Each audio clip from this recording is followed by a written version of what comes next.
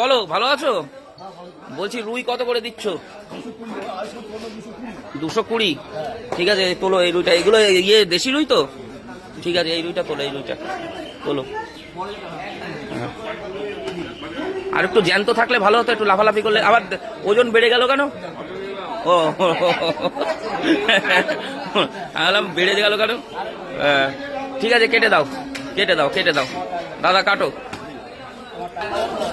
কাটো, কাটো, ভালো করে সুন্দর করে পিস করে দিও।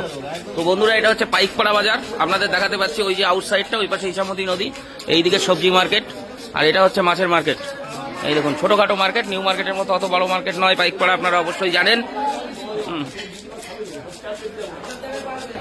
1 কিলো 300 থেকে একটু কম আছে। হ্যাঁ,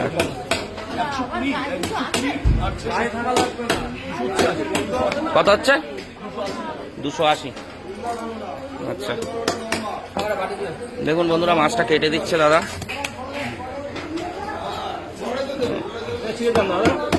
ঠিক আছে, এই দাও।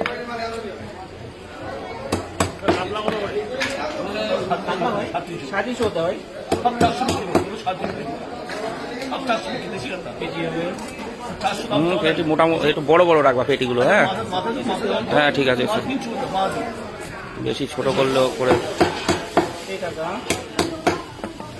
থাক থাক, বড় পিসি করো।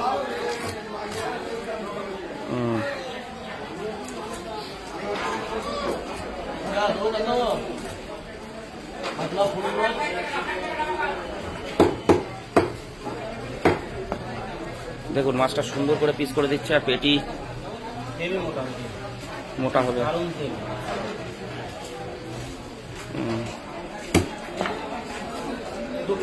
হ্যাঁ, 2 পিস, 2 পিস। ভাজলে চিপসে যায়। হ্যাঁ, মাছ বড় বড় ঠিক আছে, খাবো, বড় বড় খাবো। অত ছোট ছোট পিস।